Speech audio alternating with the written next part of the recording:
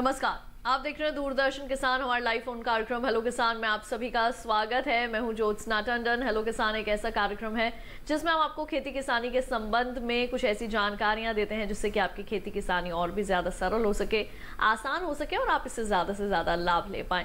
कुछ ऐसे विषय आपके लिए लेकर आते हैं जिन पर हम चर्चा कर सकें और आप तक ज्यादा से ज्यादा जानकारी पहुंचाने का प्रयास करते हैं। तो आइए आपको बताते हैं कि हमारे आज के कार्यक्रम के क्या विषय रहने वाले हैं। आज हम बात करेंगे पपीते की रोपाई एवं देखभाल के बारे में और साथ ही बात होगी कद्दू वर्गीय सब्जियों की खेती की। इन दोनों ही विषयों के संबंध में अगर आपके मन में कोई भी आप इच्छा है, अगर आप इसके बारे में कुछ भी जानना चाहते हैं तो हमारे टोल फ्री नंबर्स पर फोन कीजिए 1800113060 1800113061। ये दोनों ही हमारे नंबर हैं। जब भी आप हमें फोन करेंगे आपका कोई भी पैसा नहीं लगेगा, कोई भी शुल्क नहीं लगेगा। बस आप सभी से एक छोटा सा निवेदन, जब भी हमें फोन करें अपनी टीवी की आवाज को बिल्कुल बंद रखें, बिल्कुल मध्यम रखें, जिससे कि जो हमारे विशेषज्ञ स्टूडियो में मौजूद हैं उन तक आपका प्रश्न साफ आवाज में सुनाई दे पाए। आइए आपका परिचय करवा देते हैं स्टूडियो में बैठे विशेषज्ञों से। हमें पपीते की रोपाई एवं देखभाल के बारे में ज्यादा जानकारी देंगे डॉक्टर जयप्रकाश जी, और साथ ही कद्दू वर्गीय सब्जियों की खेती के बारे में हमें ज्यादा जानकारी देने के लिए मौजूद हैं डॉक्टर हर्षवर्धन चौधरी जी। और आप दोनों का ही बहुत बहुत स्वागत है हमारे स्टूडियो में। तो ये दोनों हमारे आज के कार्यक्रम के विषय हैं और हम उम्मीद करेंगे कि इन विषयों से जो आप तक जानकारी पहुंचेगी वो आपके जरूर काम आएगी। ये कार्यक्रम में चर्चा की शुरुआत करते हैं और सबसे पहले रुख करते हैं डॉक्टर जयप्रकाश का। डॉक्टर जयप्रकाश जी, क्योंकि हमारे आज के कार्यक्रम का विषय है पपीते की रोपाई और देखभाल, तो बहुत संक्षेप में सबसे पहले आपसे जानना चाहूंगी कि पपीते की रोपाई हमारे किसान जो है वो कब तक कर सकते हैं? अब पूरे हिंदी भाषी क्षेत्रों में आप देखेंगे, उत्तर भारत है, मध्य भारत है या पश्चिम भारत का कुछ हिस्सा है जहाँ पे काफ़ी ठंड पड़ती है। इस लिहाज से फरवरी और मार्च का महीना बहुत ही अच्छा है रोपाई के लिए। इस महीने में रोपाई करने के फ़ायदे ये होते हैं, अगले 10 महीने तक आपको कहीं से भी ठंड का कोई प्रभाव नहीं पड़ना है और 10 महीने काफ़ी हद तक पौधे की बढ़वार के लिए, अच्छी उपज के लिए और पाले से बचने के लिए बहुत अच्छे होते हैं। तो इतने कम समय में आपको करीब 40 से 50% उपज को फल को आप हार्वेस्ट भी कर लेते हैं, इसलिए रोपाई का समय उत्तम है। बिल्कुल। तो अभी आपने ये जाना कि पपीते की रोपाई के लिए जो सही समय है वो कौन सा है, और इस विषय पर हम ज़्यादा भी आगे ज़रूर बातचीत करेंगे, लेकिन पहले देखते हैं इसी पर आधारित हमारी एक खास रिपोर्ट।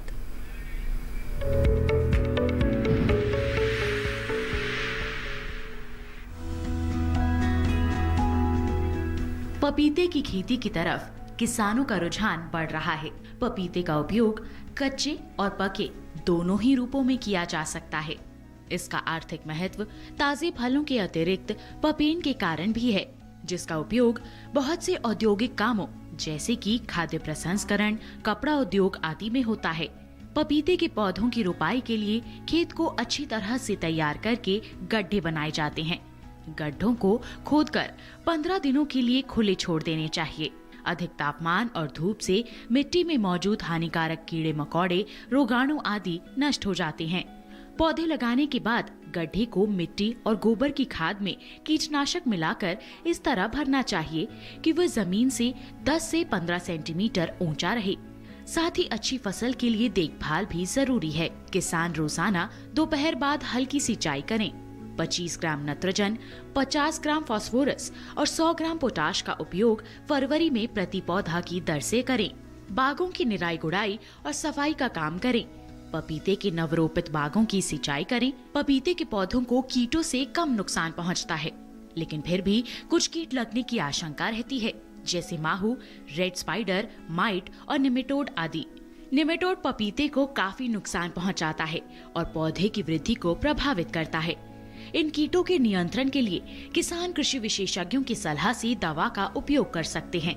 ध्यान रखें कि दवा का छिड़काव सिर्फ प्रभावित जगह पर ही करें।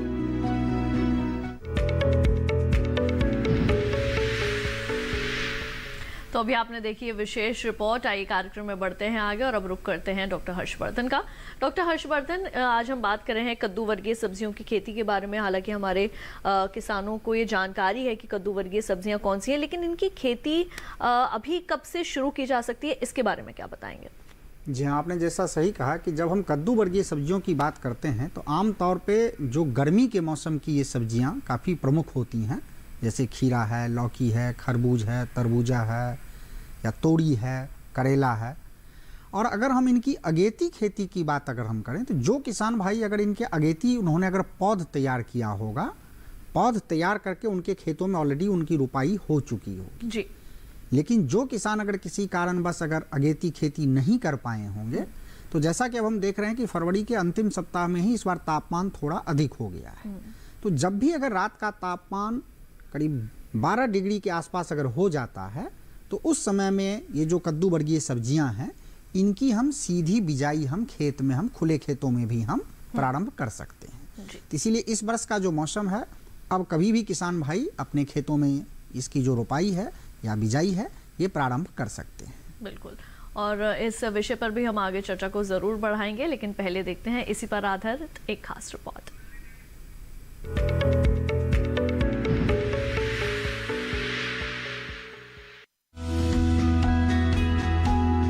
कद्दू वर्गीय सब्जियां गर्मी और बरसात के मौसम की महत्वपूर्ण फसलें हैं। पोषण की दृष्टि से ये बहुत ही महत्वपूर्ण मानी जाती हैं। कद्दू वर्गीय सब्जियों में लौकी, करेला, खीरा, चिकनी तोरी, धारीदार तोरी, चप्पन कद्दू और पेठा आदि आते हैं। कद्दू वर्गीय सब्जियों की बसंत गर्मी की फसल की बुआई फरवरी से मार्च में की जाती है। विभिन्न कद्दू वर्गीय सब्जियों की बुआई के लिए 45 सेंटीमीटर चौड़ी और 50 सेंटीमीटर गहरी नालियां बनाएं। इसके अलावा बेल के फैलाव के लिए कतारों की दूरी 1.5 से 3 मीटर रखी जाती है। लौकी की बुआई करना चाहते हैं तो लौकी की उन्नतशील किस्मों जैसे पूसा नवीन, पूसा संतुष्टि, पूसा संदेश, पूसा मंजरी और पूसा हाइब्रिड 3 आदि प्रमुख हैं।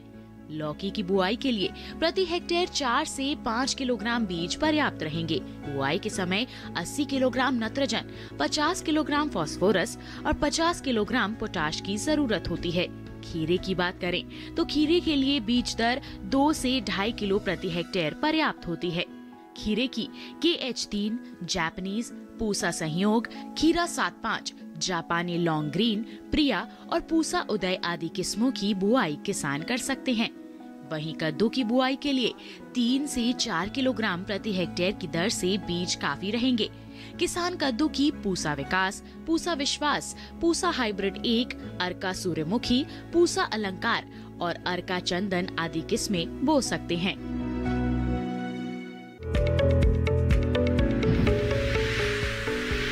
तो अभी आपने देखी ये विशेष रिपोर्ट। आइए कार्यक्रम में बढ़ते हैं आगे। आपको एक बार फिर से बता दें, आज हम खास तौर से बात कर रहे हैं पपीते की रोपाई और उसकी देखभाल के बारे में, और साथ ही बात हो रही है कद्दू वर्गीय सब्जियों की खेती की। इन दोनों विषयों के संबंध में अगर आप कोई भी जानकारी लेना चाहते हैं तो हमारे टोल फ्री नंबर्स पर फोन कीजिए 1800-1130-6 और 61। ये दोनों ही हमारे नंबर हैं, और जब भी आप इन पर फोन करेंगे आपका कोई भी पैसा नहीं लगेगा, कोई भी शुल्क नहीं लगेगा। बस अपने टीवी की आवाज को बिल्कुल बंद रखिएगा जिस दौरान आप अपना प्रश्न हमारे विशेषज्ञ से पूछें। आइए रुक करते हैं डॉक्टर जयप्रकाश का। डॉक्टर जयप्रकाश जी, अब आपसे मैं ये पूछना चाहूंगी, रोपाई के संबंध में अभी हमने बात करी, देखभाल के बारे में अब हम यहाँ पर बात करते हैं।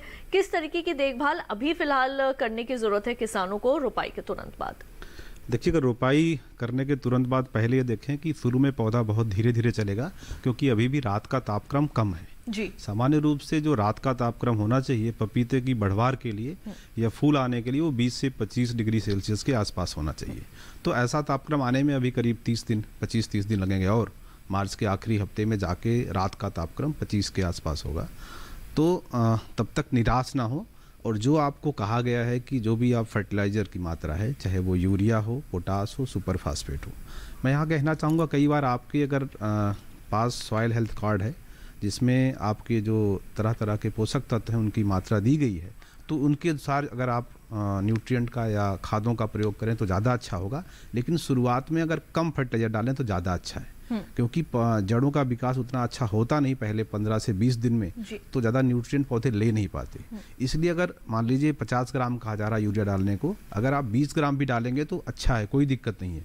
क्योंकि आजकल जो ज़्यादातर बड़े किसान हैं या जो लोग व्यावसायिक रूप से पपीता कर रहे हैं, वो सब कर रहे हैं आपको टपक सिंचाई पद्धति पे या ड्रिप इरिगेशन सिस्टम पे। तो वहाँ पे हम उसके साथ ही फर्टिगेशन का करते हैं, तो वो ज़्यादा अच्छा प्रणाली है। वहाँ पे हम जो लिक्विड फर्टिलाइज़र हैं, चाहे आपके फास्फोरस हो या नाइट्रोजन हो या पोटास हो या सूक्ष्म पोषक तत्व हैं, उन सबको उसी के जरिए देते हैं। लेकिन जहाँ पर हम फरों में कर रहे हैं, मेड़ पे कर रहे हैं, वहाँ पे तो हमें निश्चित रूप से कुछ मात्रा शुरुआत में डालनी होगी। लेकिन जो भी आपको साहित्य में मिलता है या हम लोग बताते हैं उसकी आधी मात्रा का प्रयोग शुरुआत में करें। और 3 मात्रा तक तो जो 40 दिन के अंतराल पे आप देंगे उसमें फास्फेट फर्टिलाइजर का प्रयोग करें, जैसे सिंगल सुपर फास्फेट है या कुछ लोग डाई अमोनियम फास्फेट यूज़ करते हैं जिसमें नाइट्रोजन और फास्फोरस दोनों है। लेकिन 3 के बाद आप फास्फोरस फर्टिलाइजर का प्रयोग ना करें क्योंकि जड़ों के विकास में इनका मुख्य योगदान होता है। उसके बाद आपको नाइट्रोजन और पोटास चाहिए। बिल्कुल। और यहाँ पर इसी के साथ हमारे पहले दर्शक जो है वो फोन लाइन पर मौजूद है, चेलाराम जी पाली राजस्थान से। आइए कार्यक्रम में उनका सवाल शामिल करते हैं। हेलो किसान कॉल सेंटर। जी चेलाराम जी, आपका बहुत बहुत स्वागत है हमारे लाइव फोन कार्यक्रम हेलो किसान में। अपना सवाल पूछिए, क्या जानना चाहते हैं आप? हेलो, पपीता के बारे में, पाली जिला राजस्थान से बोल रहा हूँ। जी, पपीते के बारे में क्या जानना चाहते हैं आप? पाली जिले के अंदर ये मतलब ये वायु और ये मतलब हो सकता है पपीता, ये नहीं हो सकता है। ठीक है, आप ये जानना चाहते हैं कि पाली राजस्थान में जो पपीता है उसकी खेती हो सकती है या नहीं? हाँ जी, डॉक्टर जयप्रकाश क्या जी, जैसा आपने कहा कि पाली जिले में अगर पाले की समस्या ज़्यादा है तब तो मैं नहीं कहूँगा कि वहाँ पपीते की खेती अच्छी हो पाएगी, क्योंकि आप बहुत कर सकते हैं तो केवल सब्जी के लिए पपीते का खेती कर सकते हैं। पके फल के लिए खेती के लिए पाली का ज़िला अच्छा नहीं है, वहाँ के जो जलवायु है वो उसके लिए बहुत अनुकूल नहीं है। आपको 2 तरह की मेरे ख्याल से जलवायु का समस्या करना पड़ेगा। एक समय ऐसा होगा जब 40 से 45 डिग्री सेल्सियस का तापमान होगा मई जून के महीने में, उसमें भी फूल नहीं आते, फल नहीं लगते। फिर दोबारा आपको दिसंबर जनवरी में जब पाला पड़ेगा तो नुकसान होगा। आप सब्जी के लिए कर सकते हो पूसा नन्हा या पूसा डॉर्फ जैसी किस्में, लेकिन पके फल के लिए पाली में खेती मुश्किल होगी। बिल्कुल। तो यहाँ पे चेलाराम जी, हम उम्मीद करेंगे कि जो आपने प्रश्न पूछा था और जो आपको समाधान मिला है उसका उससे आप जरूर संतुष्ट होंगे। आइए कार्यक्रम में बढ़ते हैं आगे। डॉक्टर हर्षवर्धन, अब आपसे मैं ये जानना चाहूंगी कि कद्दू वर्गीय सब्जियों की खेती के दौरान कौन कौन सी ऐसी मुख्य बातें हैं जिनको ध्यान में रखना आवश्यक है हमारे किसानों के लिए? जी हाँ, आपने बिल्कुल सही कहा, क्योंकि ये जो समय है इसमें किसान भाई अपनी खेतों की तैयारी कर रहे होंगे इसकी बिजाई करने के लिए। तो सबसे पहले तो ये कहा जाता है कि जो भी किसान भाई अगर तैयारी कर रहे हैं अपने खेतों का, तो जो भी गोबर की खाद अगर डालना है तो बिल्कुल सड़ी हुई गोबर की खाद जब हम बिजाई प्रारंभ करते हैं उससे कम 15 से 20 दिन पहले डाल के फिर खेतों को अच्छी तरीके से तैयार कर लें। और जब भी हम कद्दू वर्गीय सब्जियां लगाते हैं तो चूँकि इनकी बढ़वार काफ़ी अधिक होती है, ये बेल वाली फसलें होती हैं, तो जो गर्मी का मौसम होता है इसमें जो बेल होती है इनको हम खेतों पे ही इनको हम जो 2 नालियाँ होती हैं उनके बीचों में इनको हम फैलाते हैं। और जल चूँकि हमें कम से कम पानी का प्रयोग करना होता है, इसीलिए पानी हम नालियों में डालते हैं। और 2 नालियों के बीच का जो हिस्सा होता है वो सूखा होता है, जिस पे फल वहाँ पे रहते हैं, तो जिसमें फल में गलन या बाकी समस्याएं नहीं होती हैं। तो सबसे पहले आपको ये ध्यान देना है कि 40 से 45 सेंटीमीटर चौड़ी नालियाँ हम बनाते हैं जो कम से कम 25 से 30 सेंटीमीटर गहराई में होती हैं। और एक नाली से दूसरे नाली की बीच की दूरी जो होती है, जो फसल जिस फसल का आप चयन कर रहे हैं, जैसे अगर आप कम बढ़वार वाली यानी अगर आप खीरा लगाते हैं तो आप करीब 1 से 1.5 मीटर की दूरी पे आप नालियां तैयार कर लें और दोनों तरफ नाली के आप जो बिजाई है वो आप कर सकते हैं। लेकिन अगर आप लौकी लगा रहे हैं या कद्दू लगा रहे हैं यानी सीताफल लगा रहे हैं तो उसमें थोड़ी सी दूरी जो है एक नाली से दूसरे नाली की दूरी 2 से 2.5 मीटर तक आप रख सकते हैं। दूसरा हमें ये देखना है कि जब भी आपकी नाली तैयार हो जाए उसके बाद आप उसमें पलेवा कर लें, यानी उसमें आप पानी डाल दें, जिससे कि जब बिजाई आप करेंगे तो उसमें नमी की पर्याप्त मात्रा रहेगी और अंकुरण में आसानी होगी। जी बिल्कुल। अगर आप बीज लेते हैं कोई प्रकार के जो कद्दू वर्गीय सब्जियां हैं, जैसे आप करेला देखते होंगे उसका छिलका काफ़ी मोटा होता है, लौकी होता है, जो सीताफल है, इनको आप रात में भिगो भी सकते हैं। कोई भी जो सूती कपड़ा होता है उसकी थैली में इनको आप रात भर भिगो दें और उसी में आप बीज सीड ट्रीटमेंट भी कर सकते हैं। इसे बेविस्टिन में मिला के अगर आप भिगो के फिर अगर आप अगले दिन सवेरे अगर लगाएंगे तो उससे आपकी जो जर्मिनेशन होगी वो भी काफ़ी अच्छी होगी। बिल्कुल। जो लोग अगर ऑर्गेनिक तरीके से करना चाहते हैं या अगर कम से कम कीटनाशक या जो दवा है हमारी केमिकल रासायनिक दवा का प्रयोग कम करना चाहते हैं तो वो ट्राइकोडर्मा शुरुआत में ही अगर डाल देंगे, जब भी वो नालियाँ बना रहे हैं तो जब गोबर की खाद में ही थोड़ा सा ट्राइकोडर्मा मिला के अगर नालियों में अगर डाल देंगे तो जो जड़ वाली कई सारी जो बीमारियां होती हैं मृदा जनित बीमारी होती है। और ख़ास करके कद्दू वर्गीय जो सब्जियां हैं इसमें फिजिरियम विल्ट की समस्या काफ़ी होती है। जी। तो जब हम लगाते हैं उसी समय से जब पौधा थोड़ा बड़ा होता है, ज्यों-ज्यों तापमान अधिक होता जाता है तो वो जो मृदा वाली बीमारी है वो आने लगती है। तो उसके रोकथाम के लिए एक तो हमें क्रॉप रोटेशन हमें करना चाहिए, यानी एक ही खेत में आपको बार बार नहीं लगाना है, जी। कम से कम 3-4 साल के बाद आप उस फसल को लगाएं। ठीक है। या बीच में अगर एक बार आप धान या जो गेहूं है, मक्का है, इस प्रकार की फसल अगर आप लगा लेते हैं तो फसल चक्र जिसके कारण से आप अगर अपनाते हैं सही ढंग से तो ये समस्याएं नहीं आती है। बिल्कुल। यहाँ पर डॉक्टर हर्षवर्धन हमारे साथ एक कॉलर हमारे साथ इस वक्त फोन लाइन पर जुड़े हुए हैं, सरदार सिंह जी जौनपुर उत्तर प्रदेश से। पहले उनका कार्यक्रम में सवाल शामिल करते हैं। हेलो। हेलो, आपका बहुत बहुत स्वागत है कार्यक्रम में, अपना सवाल पूछिए।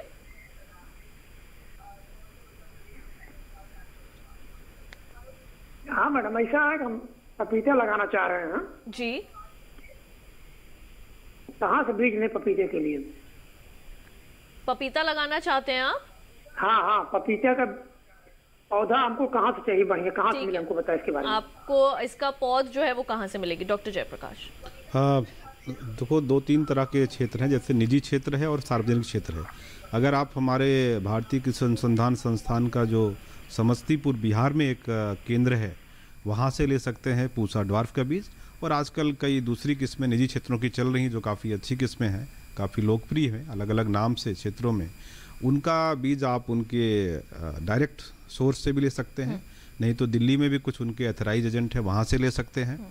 और कुछ पुणे और दिल्ली के आसपास ऐसे एरिया में हैं, कुछ लोग बनारस के आसपास हैं जो निजी क्षेत्र के हैं, जो इसमें कारोबार में हैं, तो उनसे भी आप ले सकते हैं। या अपने आप नज़दीकी कृषि विज्ञान केंद्र जाएंगे तो वहाँ से एग्जैक्ट पता मिल जाएगा, या आप मुझे व्यक्तिगत रूप से संपर्क करें संस्थान में तो मैं बता सकता हूँ, क्योंकि वो निजी क्षेत्र के हैं इसलिए उनका मैं उल्लेख यहाँ नहीं कर सकता हूँ। अन्यथा आप हमारे जो पूसा का केंद्र है बिहार में, वहाँ से बीज ले सकते हैं।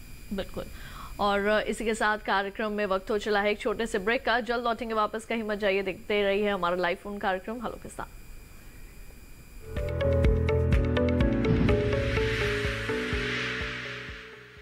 अरे भाई, सुना नहीं क्या? केसीसी ने किसानों का जिंदगी बदल दिया है। देश के छोटे किसान 1,60,000 रुपये तक का कर्ज बिना किसी गारंटी को ले पाएंगे। ब्याज खोरों से भी पीछा छुटा। मैं तो जैविक खेती का पूरा सामान मंगा लिया, केसीसी का भी कोई दबाव नहीं है। ब्याज चुकाने के लिए पूरा 1 साल मिलता है। समय पर भुगतान करने पर केवल 4% के सालाना ब्याज पे लोन मिल गया मुझे। अपना आधार कार्ड, लेटेस्ट फोटो और जमीन के कागजात लेके अप्लाई करो बस। और नामांकन भरने के लिए जेब भी ढीली नहीं करनी पड़ी।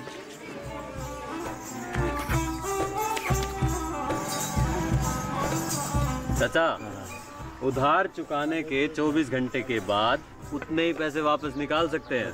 केसीसी ने किसानों की जिंदगी वाकई बदल दी है। तो आप भी किसान क्रेडिट कार्ड अपनाएं और सहजता से ऋण पाएं।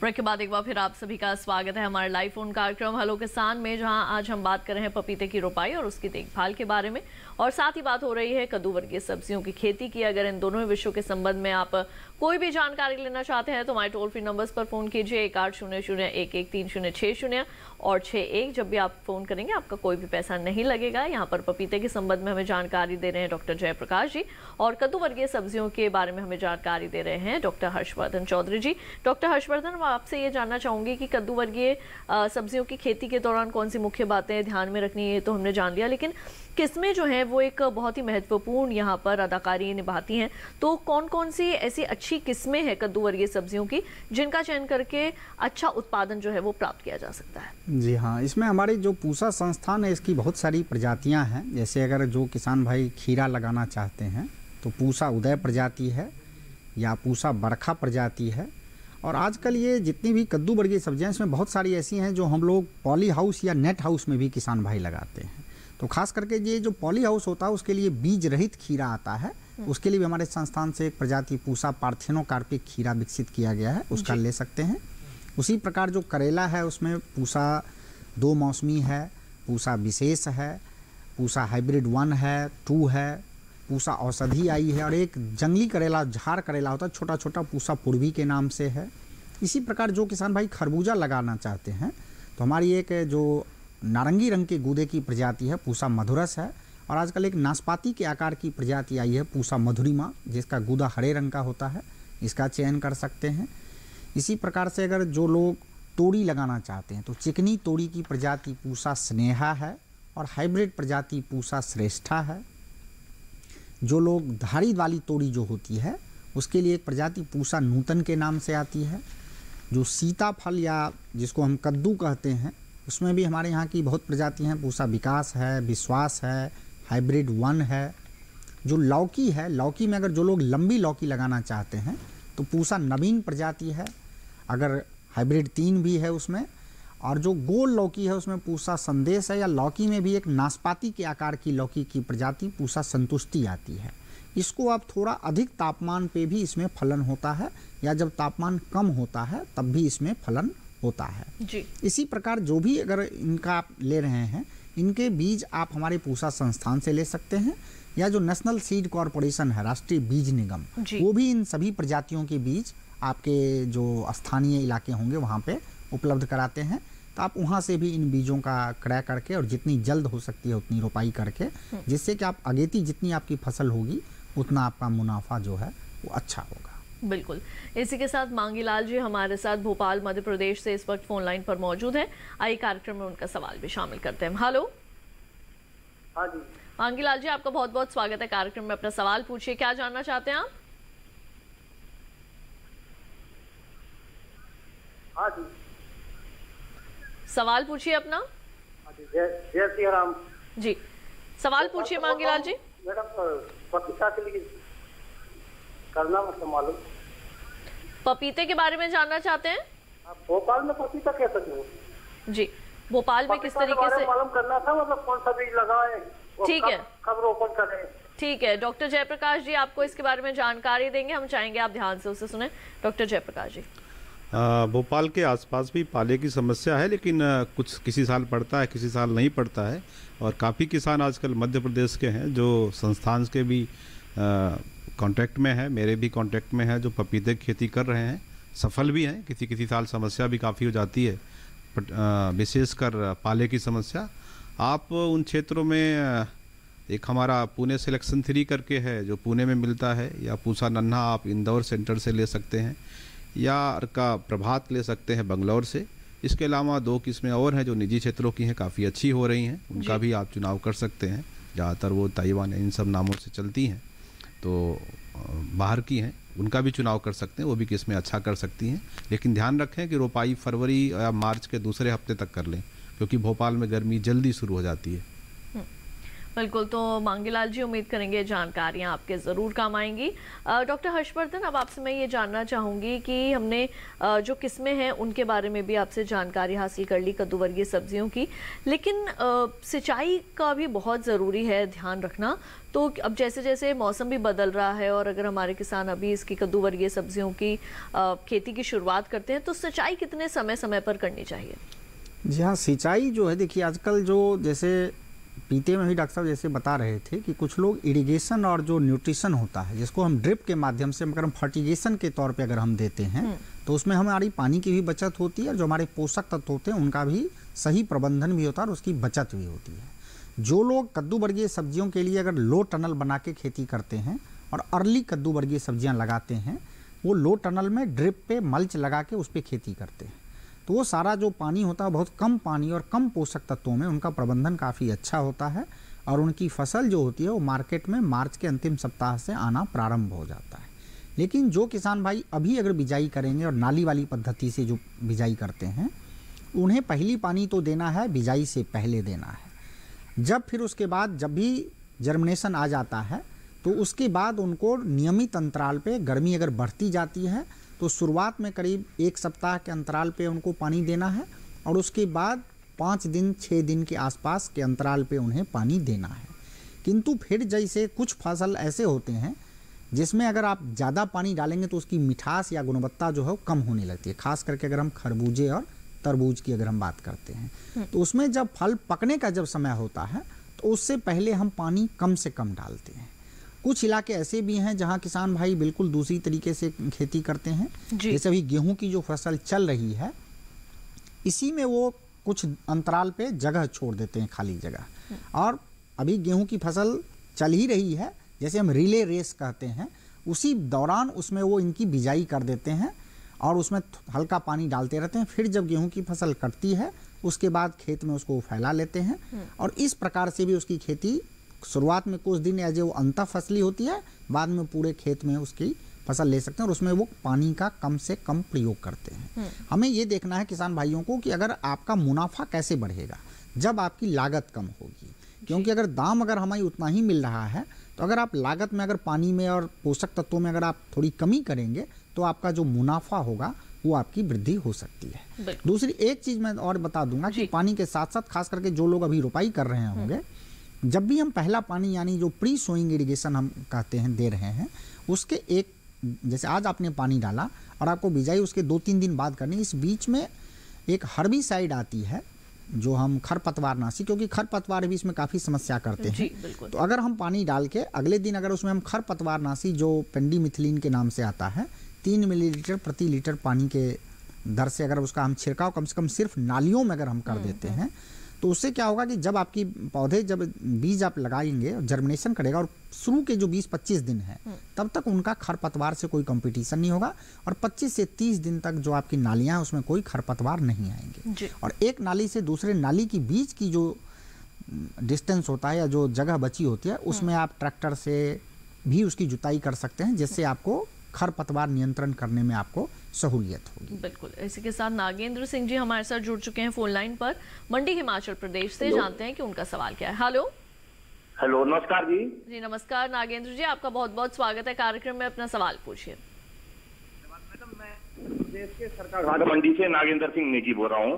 मैडम मेरा सवाल ये है कि हमारे यहाँ पर पहाड़ी पपीता और पेठा, ये 2 फसलें बहुत मतलब ये पौधे और बेलें बहुत जबरदस्त होती थी, हर कहीं मेड़ और दंगे पे पैदा हो जाती थी जी। लेकिन अब पता नहीं क्या हो गया है कि ये पौधे लगभग लुप्त प्राय हो गए हैं। कई बार बीजने की कोशिश भी की, लेकिन ना मालूम कि पाले की वजह से होता है या इसका जो पहाड़ी बीज है या कोई विशेष कारण है कि मौसम का कोई बदलाव ऐसा हो रहा है जिसकी वजह से, क्योंकि इसका हमारे पास यहाँ पर बर्तन बहुत ज्यादा होता है सर्दियों में, खास तौर पर बड़ियां बनाने के लिए, दूसरे व्यंजन मिठाई वगैरह बहुत सारे इस्तेमाल होते थे। तो इसका बीज या पौधा कहाँ से मिल सकता है और कैसे इसकी सुरक्षा की जाए पाले या मौसम के बदलाव की वजह से, कैसे इसको बचाया जाए? धन्यवाद। बिल्कुल, तो काफी वाजिब जो है वो उनका सवाल है। पहले डॉक्टर जयप्रकाश आपसे इसका उत्तर दीजिए। जहाँ तक पपीते का है तो हिमाचल में काफ़ी पाला पड़ता है, इसमें कोई दो राय नहीं है। फिर भी मैंने जो कहा है कि जो अगर आपकी कुछ ऐसी लोकल किस्में हो जाती हैं जिन्हें आप कई पीढ़ियों से या पिछले 10 साल 20 साल से कल्टीवेट कर रहे हैं, अगर आप उनको करते हैं तो उनमें एक हद तक जनरेशन बाय जनरेशन, पीढ़ी दर पीढ़ी कुछ हद तक उनको सहने की क्षमता विकसित हो जाती है। दूसरा हिस्सा है कि या तो आप नेट हाउस में करें, इंसेक्ट प्रूफ नेट हाउस आता है, उसमें कुछ प्रोटेक्शन होता है। नहीं तो अगर आप पॉली हाउस में करना चाहें तो पॉली हाउस में भी पपीता कर सकते हैं। थोड़ा सा उसकी हाइट को बढ़ाना पड़ेगा और आपको हाथ से परागण और निषेचन की प्रक्रिया में सहयोग करना पड़ेगा, तो आपको अच्छी फसल पॉली हाउस के अंदर भी मिल सकती है और आपको जैसा आप खाना चाहते हैं तरह तरह के व्यंजनों के रूप में पपीता को, वो आपको पपीता मिल सकता है। बिल्कुल। डॉक्टर हर्षवर्धन क्या बताएंगे पेठा के बारे में भी? उन्होंने देखिए, इन्होंने पेठा के लिए सही इन्होंने पूछा। जो पेठा है वो भी एक्चुअली कद्दू वर्गीय फसलें हैं और जैसा इन्होंने खुद ही बताया कि पेठा से हमारा मुरब्बा भी बनता है जी। लेकिन आम तौर पे क्या होता है कि पेठा को जैसे अगर हम बारिश के मौसम में, जैसे यहाँ के जो आसपास का इलाका है जिसको हम अगर जुलाई अगस्त में लगाते हैं तो वो पेठा जो होता है हमारा अक्टूबर नवंबर तक तैयार हो जाता है।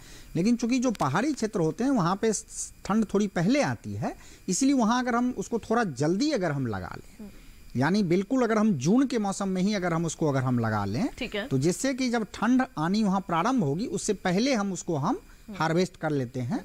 और उसके लिए हमारे यहाँ की प्रजाति भी है, जैसे पूसा उज्ज्वल है, अगर इनकी देसी प्रजाति मिलती है तो अच्छा होगा, लेकिन अगर नहीं मिल पाती है तो हमारे संस्थान से ये पूसा उज्ज्वल है, उसका पूसा उर्मी है, इनको लेके उनको ये ट्राई कर सकते हैं। पेठा का भी कई जगह पे उपयोग एज ए सब्जी के लिए भी होता है, इसलिए पूसा सब्जी पेठा वन भी आया है, जिसको हम कच्चा ही हम ले लेते हैं, जिसको हम सब्जी बना के हम खाते हैं। और बाकी जो अन्य क्षेत्र के किसान हैं वो इसको दोनों मौसम में लगा सकते हैं। अगर सब्जी के लिए इस मौसम में भी लगा सकते हैं और अगर हम पेठा के लिए यानी अगर मुरब्बा के लिए अगर हम बनाना चाहते हैं तो हमें जो बारिश का मौसम होता है वो उसके लिए अच्छा होता है। बिल्कुल, तो यहाँ हम उम्मीद करेंगे कि आपको जो दोनों ही विशेषज्ञों ने यहाँ पे समाधान दिया उससे आपको ज़रूर संतुष्टि मिलेगी। इसी के साथ कार्यक्रम में वक्त हो चला है एक और छोटे से ब्रेक का, कहीं मत जाइए, देखते रहिए हमारा लाइव फोन कार्यक्रम हेलो किसान।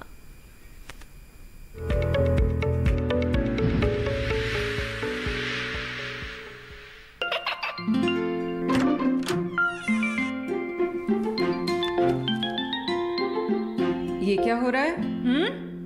काशवी, इतने कम मार्क्स? काशू बेटा पढ़ा करो, पढ़ोगी नहीं तो आगे कैसे बढ़ोगी? मम्मा मैं भी तो आपसे यही कहना चाहती हूँ, पढ़ा करो। आप पढ़ोगे नहीं तो आगे कैसे बढ़ोगे? मतलब? वो देखो, सिर्फ बैक पर छपा ऑर्गेनिक नहीं, ऑर्गेनिक का निशान पहचानिए। पीजीएस ऑर्गेनिक का ये लोगो उन किसानों की पहचान है जो आज भी परंपरागत विधि से रसायन मुक्त खेती कर आपके लिए शुद्ध फसल उपजा रहे हैं।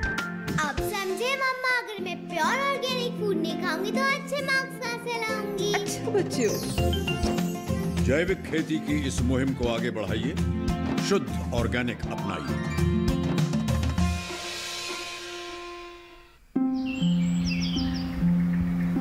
अरे अरे अरे क्या कर रहा है? इधर इधर इधर, हम बोल रहे हैं तेरे बीजू का। पुतला बोल रहा है? हाँ, पक्षियों से तो हम खेत को बचा लेते हैं, पर इन घातक रसायनों से कैसे बचाएं? मतलब?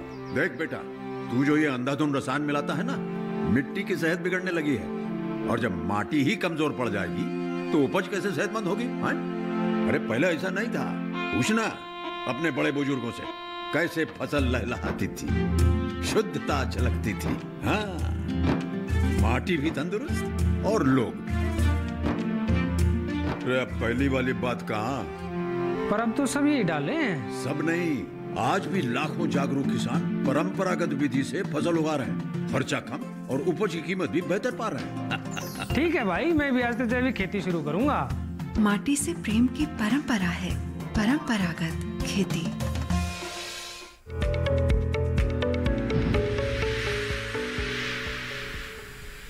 ब्रेक के बाद एक बार फिर आप सभी का स्वागत है हमारे लाइव फोन कार्यक्रम हेलो किसान में, जहां आज हम बात कर रहे हैं पपीते की रोपाई और उसकी देखभाल के बारे में, और साथ ही बात हो रही है कद्दू वर्गीय सब्जियों की खेती की। दोनों ही विषयों के संबंध में कोई भी जानकारी लेना चाहते हैं तो लगातार हमारे टोल फ्री नंबर आपके टेलीविजन स्क्रीन पर फ्लैश हो रहे हैं, 1800113060 और 61। जब भी आप फोन करेंगे आपका कोई भी पैसा नहीं लगेगा। इस वक्त हमारे साथ ब्रजेश कुमार जी बाराबंकी उत्तर प्रदेश से मौजूद है फोन लाइन पर। आइए जानते हैं उनका सवाल क्या है। हेलो ब्रजेश जी, आपका बहुत बहुत स्वागत है कार्यक्रम में। सवाल जी आपका बहुत बहुत धन्यवाद। मैम, हमें ये सवाल पूछना था जी कि हमने पिछली बार पपीता लगाया था, लेकिन एक थोड़ी सी मैंने गलती कर दी थी पपीता लगाने में कि हमने सागवन के बीच में लगा दिया था तो हम फसल नहीं ले पाए थे। ठीक है। और हमें वैरायटी की भी ज्यादा कोई खास जानकारी नहीं है, तो अगर हम ट्रेनिंग लेना चाहते हो खेती की, जैसे हमारे पास सागवन और वो महोगनी का पेड़ मैम लगा हुआ है, ज्यादातर खेती पे हमने अपना यही सब प्लांटेशन करके रखा हुआ है, लेकिन हम ये चाह रहे हैं कि थोड़ी सी हम खेती की तरफ भी थोड़ा सा मुड़े। ठीक है, तो उस संबंध में हमें ट्रेनिंग कहाँ से मिल सकती है अच्छी खेती करने के लिए? बिल्कुल, डॉक्टर जयप्रकाश जी क्या उत्तर देंगे इसका? ब्रजेश जी, जो चूंकि आप बाराबंकी में हैं तो आपके पास बाराबंकी और लखनऊ दोनों खुला है जहाँ पे आप ट्रेनिंग ले सकते हैं। अपने निकट के किसी कृषि विज्ञान केंद्र में बाराबंकी में भी है। इसके अलावा आप हमारा एक सेंट्रल इंस्टीट्यूट ऑफ सब ट्रॉपिकल हॉर्टिकल्चर है जो मतलब बागवानी का ही संस्थान है, हरदोई रोड पे रहमान खेड़ा में, वहाँ पर भी जाके जानकारी ले सकते हैं।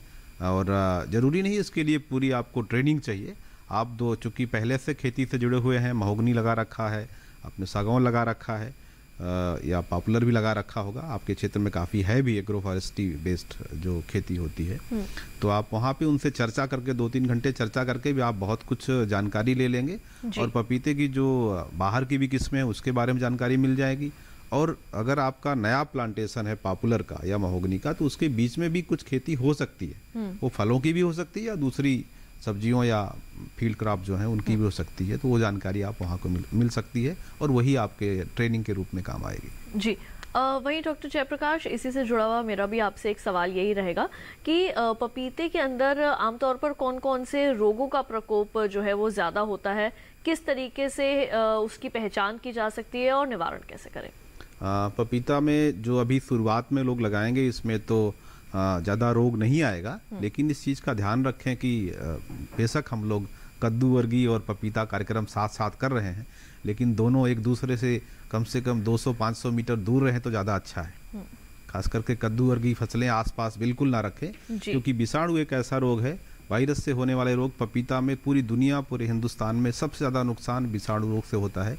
2 तरह के विषाणु होते हैं, एक पर्णकुंचन रोग है, दूसरा एक रिंग स्पॉट वायरस कहा जाता है, जो एक रिंग नुमा एक आकार बनेगा पत्तों पर, फल पे, तने के ऊपर, उसका काफ़ी प्रकोप होता है, माहू से फैलता है रिंग स्पॉट वायरस, और वो माहू को हमें रोकना होता, वायरस को हम नहीं रोक सकते।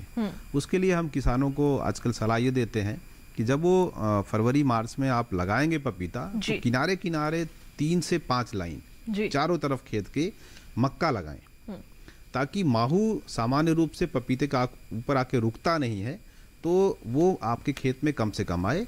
और मार्च के आखिरी हफ्ते से लेके अप्रैल तक कम से कम 2 बार जो नीम के तेल का जो तरह तरह के पेस्टिसाइड्स आते हैं अलग अलग नाम के, उनकी 3 मिलीलीटर मात्रा को 1 लीटर जल में घोलकर छिड़काव करें कम से कम 2 से 3 बार, तो आप इस रोग से बच पाएंगे। बिल्कुल। तो पुरुषोत्तम शर्मा जी भी इस वक्त हमारे साथ फोन लाइन पर जुड़ चुके हैं, उज्जैन मध्य प्रदेश से। आइए कार्यक्रम में उनका सवाल भी शामिल करें। हेलो हेलो हेलो पुरुषोत्तम जी, आपका स्वागत है कार्यक्रम में। अपना सवाल पूछिए, क्या जानना चाहते हैं? जी मैडम, ये मैं जानना चाहता हूँ कि कद्दू लगाना है तो कब लगाना चाहिए और कौन सी किस्म लगाना है? बिल्कुल, डॉक्टर हर्षवर्धन। जी हाँ, कद्दू का मतलब अगर आप सीताफल अगर आप समझ रहे हैं तो ये समय जो है बिल्कुल आपके लिए उपयुक्त है। इसमें नहीं, सीताफल नहीं, वो कद्दू अपन जो सब्जी वाला कद्दू, मतलब आप किसको बोल रहे हैं? वो सब्जी में काम में आता है ना कद्दू। चप्पन कद्दू आप बोलना चाह रहे हैं, जो छोटा छोटा होता है? नहीं, बड़ा बड़ा जो अपन खेत में लगाना है, बेल वाला। हाँ, बेल वाला, उसी को हम सीताफल भी बोलते हैं, जिसको हम अंग्रेजी में हम पंपकिन कहते हैं। उसको हम हिंदू में कद्दू भी कहते हैं और उसको हम सीताफल भी कहते हैं। तो उसकी प्रजाति जो है, आप पूसा विश्वास जैसा मैंने बताया, पूसा विकास है और पूसा हाइब्रिड 1 है। ये जो कद्दू है ये करीब करीब 4 से 5 किलोग्राम का होता है और हाइब्रिड 1 जो है ये करीब 7 से 8 किलोग्राम का होता है। और इसका जो गूदा होता है अंदर का, वो बिल्कुल ऑरेंज कलर का यानी नारंगी रंग का होता है, जिस कारण इसकी मार्केट में जो कीमत है वो भी आपको अच्छी मिलती है। और ऊपर से भी ये बिल्कुल ऑरेंज कलर का हो जाता है, क्योंकि मार्केट में आप देखते होंगे एक होता है जिसका हरा ही रह जाता है, तो जिसका छिलका ऊपर से बिल्कुल हरा रह जाता है, अंदर जो उसका गूदा होता है वो भी हल्का पीला होता है, तो उसकी मार्केट में उतनी कीमत नहीं मिलती है। ठीक है। दूसरा आपको ये देखना है कि अगर आप गर्मी के मौसम में भी आप लगा सकते हैं, अभी अगर आप लगा देते हैं तो आप मई के अंतिम सप्ताह तक उसकी हार्वेस्टिंग कर सकते हैं, या फिर दोबारा आप इसको जो बरसात का मौसम है उसमें भी आप इसको लगा सकते हैं। डॉक्टर हर्षवर्धन, कद्दू वर्गीय सब्जियों में कौन कौन से कीटों का प्रकोप हो सकता है, क्या बताएंगे? जी हाँ, आपने बिल्कुल सही कहा। और देखिए, जैसा अभी डॉक्टर जयप्रकाश ने भी अभी बताया कि जो कद्दू वर्गीय सब्जियों के लिए भी ये सबसे सही चीज़ है कि इसमें वायरस का प्रकोप इसमें काफ़ी अधिक होता है। जब हम बिजाई कर रहे हैं इसी समय से अगर हम थोड़ा सा ध्यान दें तो हमें सब्जियों को जहरीला बनाने से हम उसको रोकथाम कर सकते हैं। जैसे इन्होंने मक्का की बात की, हम भी यही आपको बताना चाहेंगे कि जो लोग अगर कद्दू वर्गीय सब्जियां कोई भी अगर लगा रहे हैं, उसकी बॉर्डर पे अगर हम मक्का के अगर हम 3-4 लाइन लगा दें, और अगर आप बड़े एरिया में अगर आप लगा रहे हैं तो बीच में भी 1-2 लाइन आप मक्का लगा सकते हैं। यानी हर 10 से 15 नाली के बीच में भी आप 1 लाइन 2 लाइन आप मक्का लगा दें। मक्का का जो पत्ता होता है उसके ऊपर रोएं होते हैं, जिस कारण से जो हमारे कीड़े आते हैं, जो कीड़े आपके जो विषाणु हैं या वायरस है उनको फैलाते हैं, वो उसमें चिपक जाते हैं। तो जब अगर आप स्प्रे भी करते हैं किसी भी केमिकल का, तो पहले आप क्रॉप पे कर लें, यानी खेतों में कर लें, उसके बाद जो बाउंड्री पे आपने इनमें लगाया इन पे अगर आप कर देते हैं तो यहाँ से उड़ के वो उस पर चिपक जाते हैं और उसकी समस्या कम होगी। दूसरी चीज़ है कि अगर आप जो येलो स्टिकी कार्ड होता है वो अगर आप जब भी पौधा आप खेत में लगाते हैं उसके 1 महीने बाद या 25 दिन के बाद 15 से 20 वो येलो स्टिकी कार्ड अपने खेतों में लगा लें। अगर येलो स्टिकी कार्ड आपको नहीं मिल रहा है तो कोई भी आप एक लोहे जो टिन का बोतल ले लें और उस पर पीला पेंट कर दें और उसके ऊपर ग्रीस लगा दें या अरंडी का तेल आता है, जो भी कोई चिपचिपा पदार्थ लगा दें जिससे ये कीड़े उसमें चिपक जाएं और आपको जो केमिकल फर्टिलाइजर है उस पर कम से कम निर्भर रहना पड़े। बिल्कुल डॉक्टर हर्षवर्धन, ये आपको रोकना चाहूंगी, हम आपके पास जरूर वापस आएंगे। हमारे एक दर्शक इस वक्त फोन लाइन पर मौजूद हैं, अशोक कुमार जी सोनीपत हरियाणा से। पहले उनका सवाल कार्यक्रम में शामिल करते हैं। हेलो हेलो हेलो अशोक जी, आपका बहुत बहुत स्वागत है कार्यक्रम में, सवाल पूछिए। मैडम, मैं घिया की फसल लगाता हूँ और उसमें जब फसल 60-70 दिन की हो जाती है तो जो फलन पे आती है तो आगे से जो है बेल सूखने लग जाती है जी। पहले एक शाखा सूखती है, फिर दूसरी, फिर तीसरी, जड़ बिल्कुल स्वस्थ रहती है जी। जी डॉक्टर हर्षवर्धन, क्या बताएंगे? जी हाँ, इन्होंने सही पूछा। यही मैं किसान भाइयों को पहले भी बता रहा था कि आजकल क्या है, जैसे घिया में भी क्या होता है, एक गमी स्टेम ब्लाइट की समस्या होती है, जिसमें जड़ में तो नुकसान नहीं होता है, लेकिन जड़ और तना का जो ज्वाइंट होता है, जिसको हम क्राउन पोर्शन कहते हैं, यानी मिट्टी से जस्ट 1 से 2 गांठ के बीच का जो हिस्सा होता है, वहां से ये फटने भी लगता है और कई बार उससे जो लाल लाल पदार्थ है वो भी निकलने लगता है। और ये सबसे पहले तो इनको ये ध्यान देना चाहिए कि जिस खेत में भी ये समस्या अगर आ रही हो उसमें हम 1-2 साल हम किसी भी कद्दू वर्गीय सब्जी की खेती ना करें। यानी अगर इस साल आप घिया लगाए हैं, अगली बार आप उसमें खीरा, तोड़ी, इस प्रकार का कोई भी चीज ना लगाएं, क्योंकि ये सारी एक ही कुल की फसलें हैं और इनके रोग जो हैं एक फसल से दूसरे फसल में भी जाते हैं। दूसरा, उसमें आप कोई भी जो गेहूं वाली, धान वाली जो फसल है उसका आप लगाएं, 2-3 साल बाद आप उसमें लगाएं। लेकिन अगर किसान भाई के अगर खेतों में अगर वो समस्या अगर आ गई है, उससे पहले ही जब हम बिजाई करते हैं, अगर आप ट्राइकोडर्मा, जैसे आप जो गोबर की खाद जब आप डालते हैं तो उसमें आप करीब 5 केजी ट्राइकोडर्मा को 50 केजी गोबर की खाद में मिला के नालियों में आप डाल दें। तो ट्राइकोडर्मा जब आप डालते हैं तो ये जब पौधा जब आपका 60-70 दिन के आसपास जब बढ़ता है, तब तक ट्राइकोडर्मा भी मल्टीप्लाई करता है और जो भी उसके जो सॉइल बॉर्न डिजीजेज हैं उनको कम करने में ये आपकी मदद करता है। लेकिन अगर आप किसी कारण से नहीं डाले हैं तब आप क्या कर सकते हैं, कार्बेंडाजिम आता है और कार्बेंडाजिम 1 ग्राम और दूसरा जो है मैनकोजेब 1 ग्राम, इसका सॉल्यूशन बना के इसको ड्रेंचिंग कर दें। और खास करके जब हम ड्रेंचिंग कर रहे हैं तो जड़ और जड़ से 1 फुट की दूरी पे हम पूरा ड्रेंचिंग करें, जहां से वो फटता है वहां पे जो आपका दवा है वहां पे अगर जाता है तो उसके संपर्क में आके आप इससे निदान पा सकते हैं। बिल्कुल। खास करके एक चीज और ध्यान है कि आपको जब वैरायटी का चयन करते हैं उस समय भी हमें ध्यान रखना चाहिए, जो बीज आप लेते हैं वो आप सही सोर्स से लेंगे तो ये समस्या कम आएगी। क्योंकि कई बार क्या होता है, मार्केट में अगर जिस पौधे में पहली बार ये बीमारी आई थी उसी से अगर बीज रख के अगर हम अगले सीजन में अगर हम उस बीज को लगा लेते हैं तो ये समस्या किसानों को और बढ़ती जाती है। बिल्कुल। हमारे अगले कॉलर विनोद कुमार जी हरियाणा से मौजूद हैं फोन लाइन पर, आइए उनका कार्यक्रम में सवाल शामिल करें। हेलो हेलो विनोद जी, आपका स्वागत है कार्यक्रम में, जिनसे आपने हमें फोन किया है। आप अपना प्रश्न पूछिए, क्या जानना चाहते हैं? ये लंबे वाला जो पेठा लगता है, क्या आप इस टाइम लगा सकते हैं? और ये फिर साल में कई बार लगता है? जी, क्या लगा सकते हैं? लंबे वाला जो पेठा होता है, शायद ये चप्पन कद्दू के बारे में जो है वो जानकारी लेना चाहते हैं। लंबे वाला जो पेठा होता है वो कह रहे हैं कब लगा सकते हैं और साल में कितनी बार? हाँ, लंबे वाला जो पेठा होता है जिसको हम एस गार्ड बोलते हैं, जो ऊपर से बिल्कुल सफेद हो जाता है जब फुल मैच्योर हो जाता है, उसी लंबे वाले पेठा की प्रजाति हमारे यहाँ जो पूसा उज्जवल है, जिसका हम मुरब्बा भी बनाते हैं, उसको आप लगा सकते हैं। इस सीजन में लगाने में यही होता है कि अगर जहाँ बारिश जल्दी आ जाती है तो उसकी पूरी जो मैच्योरिटी होती है उसमें समस्या होती है। इसीलिए अगर आप या तो बिल्कुल जल्दी लगा लें या उसके पौध को आप पहले से तैयार कर लें। लेकिन जैसे अगर आप हरियाणा और पंजाब में अगर हैं तो वहाँ पे बारिश थोड़ी लेट आती है, यानी जून के अंतिम सप्ताह तक आती है। तो अगर आप बिल्कुल जल्दी अगर आप इसको लगा लेते हैं तो करीब करीब ये 90 दिन में ये भी तैयार हो जाता है, तो उसको आप लगा सकते हैं इस सीजन में भी। और उसके बाद दोबारा उसको फिर आप 15 जुलाई के आसपास फिर से आप लगा सकते हैं, जो फसल आपकी करीब नवंबर के लास्ट तक वो फसल आपकी चलेगी। और उस सीजन में उसकी मैच्योरिटी काफ़ी अच्छी होती है और उस सीजन में भी आप उसको लगा सकते हैं। जी बिल्कुल। तो यहाँ हम उम्मीद करेंगे कि आपको ये जितनी भी जानकारियाँ हमारे कृषि विशेषज्ञ दे रहे हैं वो आप सभी के ज़रूर काम आएंगी। आपको एक बार फिर से बता दें कि आज हम खास तौर से बात कर रहे हैं पपीते की रोपाई और उसकी देखभाल के बारे में, और साथ ही बात हो रही है कद्दू वर्गीय सब्जियों की खेती की। अगर आप इन दोनों विषयों के संबंध में कोई भी प्रश्न पूछना चाहते हैं तो ब्रेक के बाद आप हमें फ़ोन कर सकते हैं और अपने प्रश्न पूछ सकते हैं।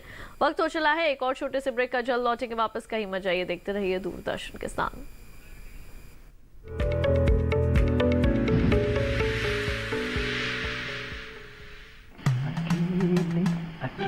अरे वाह भैया, अकेले अकेले। अरे तू भी ले, पर खाएगा कैसे? मैं ऑर्गेनिक खेती की बात कर रहा रे बेटे। अकेले अकेले खेती कब तक करेगा? मतलब गांव में 20-25 किसानों का समूह बना के पंजीकरण करवा ले, फिर सरकारी ट्रेनिंग भी मिलेगी और मुफ्त जैविक बीज खाद भी। फिर बीजीएस ऑर्गेनिक की सरकारी मोहर के साथ तेरी उपज आकर्षक पैक में पहुंचेगी बड़े बाजार तक। अच्छा? हाँ।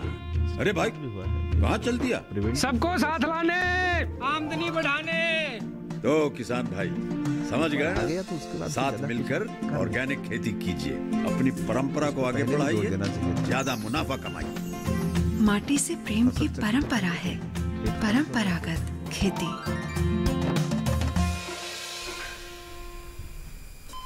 अरे सुन तो। मुझे क्या सुनाना चाहते हो? जो सुनाओ मेरी सौतन को। किसको? अरे वही तुम्हारा मोबाइल फोन जिससे सुबह शाम दिन रात चिपके रहते थे और कहते थे किसान कॉल सेंटर से बातें हो रही हैं। अच्छा ये बात है। हाँ क्यों, क्या हुआ? अब बात नहीं होती क्या? अब तो झट से बात हो जाती है। ऐसा क्या? हाँ, अब तो ज्यादा लाइनें और खास तकनीक के कारण खेती के माहिरों से तुरंत बात हो जाती है। और अगर कभी लाइन व्यस्त हो तो अपनी समस्या फोन पर रिकॉर्ड करा दो, वहाँ से फोन आ जाता है और समस्या की हल का मैसेज भी आ जाता है। ये देखो आ गया। अरे वाह, इसका मतलब इंतजार की घड़ी अब खत्म। हाँ। तभी मैं सोचूं कि आजकल मुझ पर इतना प्यार क्यों आ रहा है।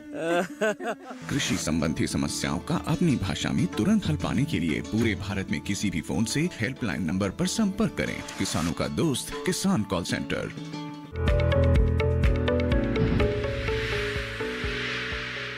बाद एक बार फिर आप सभी का स्वागत है हमारे लाइव फोन कार्यक्रम हेलो किसान में, जहां आज हम बात कर रहे हैं पपीते की रोपाई और उसकी देखभाल के बारे में, और साथ ही बात हो रही है कद्दू वर्गीय सब्जियों की खेती की। अगर दोनों विषयों के संबंध में आप कोई भी जानकारी लेना चाहते हैं तो हमारे टोल फ्री नंबर्स पर फोन कीजिए 1800-113060 और 61।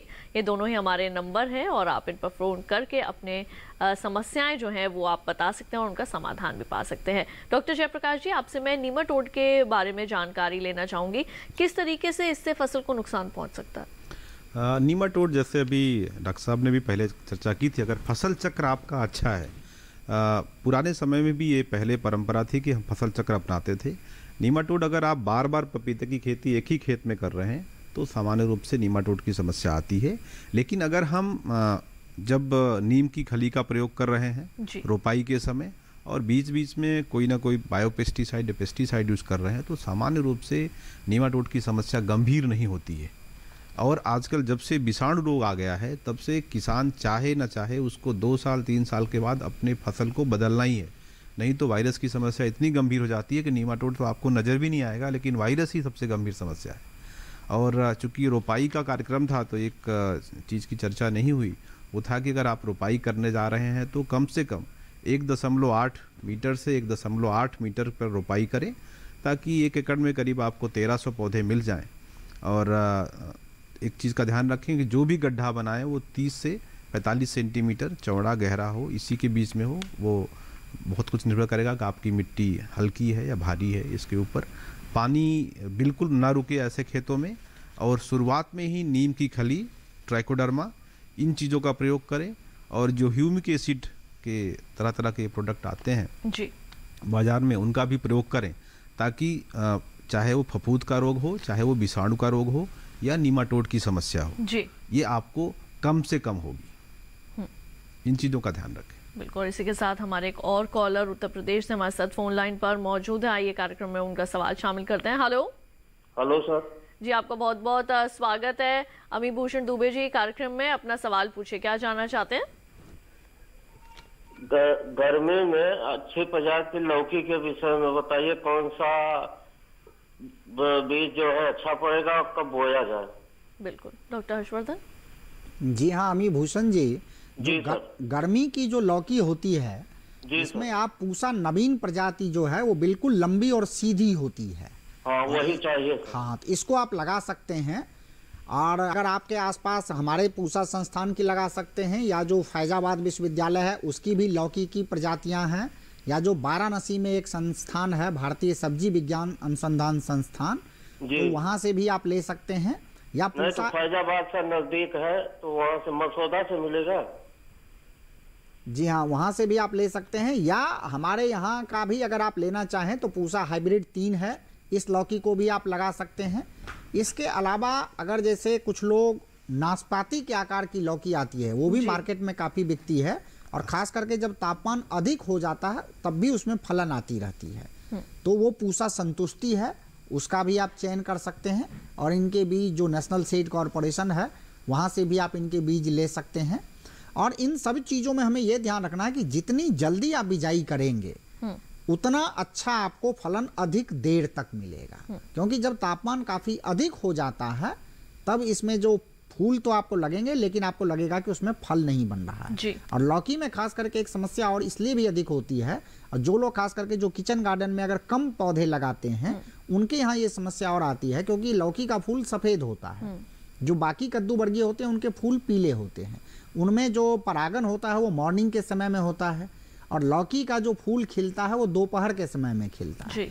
इसीलिए जो हमारे मधुमक्खियाँ होती हैं वो पीले फलों की तरफ ज़्यादा आकर्षित होती हैं, और चूंकि वो मॉर्निंग में अपना काम कर लेती हैं तो जो फूल दोपहर में खिलता है, जो लौकी जैसे इसका एक तो सफ़ेद फूल होता है और दोपहर में खिलता है, इसीलिए इसमें परागन की भी समस्या होती है।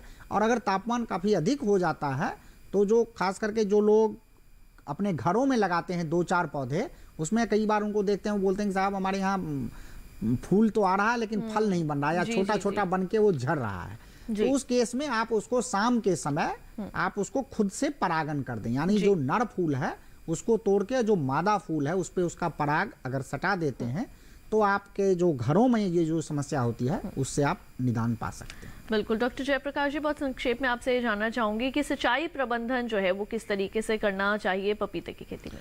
जैसे अभी शुरुआत का मौसम है तो इसमें हजारे से सिंचाई दें, अगर आपके पास ड्रिप सिस्टम है तो 1 हफ्ते के अंतराल पे दें, लेकिन जैसे जैसे गर्मी बढ़ेगी तो हो सकता है कि आपको ड्रिप जो सिस्टम है वो आपको दूसरे दिन चलाना पड़े, तीसरे दिन चलाना पड़े, और अगर आपका फरों में है तो आपको 1 हफ्ते के अंदर आपको सिंचाई दें। सिंचाई जब भी दें हल्की दें, और जड़ क्षेत्र को कि चाहे घास फूस से किसी चीज़ से ढक कर रखें, नहीं तो फफूंद जनित जो रोग हैं वो बढ़ जाते हैं। इन चीज़ों का ध्यान रखें। और अगर बाजार तक लेके जाना हो पपीते की फसल को तो किस तरीके से उसकी पैकिंग की जाएगी आसानी से जो है, और बिना किसी फसल को बिना किसी हानि के जो है वो बाजार में पहुंचाया जाए? उसके लिए आवश्यक ये होगा कि जानना कि आपका फल पक कब रहा है। तो सामान्य रूप से आप देखेंगे जो फसल अभी लग रही है इसमें मई के महीने से फूल आने शुरू हो जाएंगे, और जो फूल मई जून के या जुलाई तक के मौसम में आएंगे वो आगे जाके सितंबर आखिरी हफ्ते से लेके नवंबर के बीच में इनकी जो परिपक्व होंगे। एक साथ फल नहीं पकते पपीते में, क्योंकि फूल भी अलग अलग समय पे आते रहते हैं।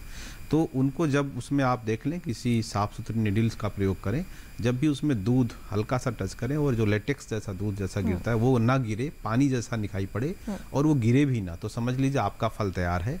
और फल जब भी तोड़ें तो उसके बाद उसको कम से कम 40 डिग्री सेंटीग्रेड के गर्म पानी में 10 मिनट के लिए रखें। हो सके तो आप उसमें बॉबिस्टीन भी 2 ग्राम 1 लीटर जल में घोल कर डालें, ताकि फफूंद की कोई समस्या पकने के बाद ना आए, फिर बाजार में लेके आए। बिल्कुल, इसी के साथ आप दोनों का बहुत बहुत शुक्रिया, आप यहाँ पर आए और दोनों विषयों के संबंध में बहुत अच्छी जानकारी आपने हमारे दर्शकों तक पहुँचाई, उसके लिए आपका धन्यवाद।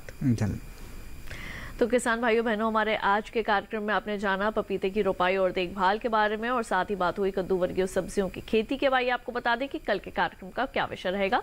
कल हम बात करेंगे मृदा स्वास्थ्य कार्ड का फसल उत्पादन में महत्व और जैविक खेती को कैसे सफल बनाएं। इन दोनों विषयों के संबंध में अगर आप पहले से ही अपने कोई प्रश्न भेजना चाहते हैं तो हमारा ईमेल आईडी नोट करें, hellokisan2015@gmail.com। और फेसबुक के जरिए अगर आप हमारे साथ जुड़ना चाहते हैं तो फेसबुक पर जाएं, वहाँ पर हिंदी में टाइप करें हेलो किसान, वहाँ भी आप अपने प्रश्न में लिख सकते हैं। दूरदर्शन किसान का कॉल सेंटर नंबर 1800111306 यह आपके लिए उपलब्ध रहता है सोमवार से शनिवार सुबह 6 बजे से रात 10 बजे तक। तो हमारे आज के कार्यक्रम में केवल इतना ही। मुझे दीजिए इजाजत। आप देखते रहिए दूरदर्शन किसान। नमस्कार।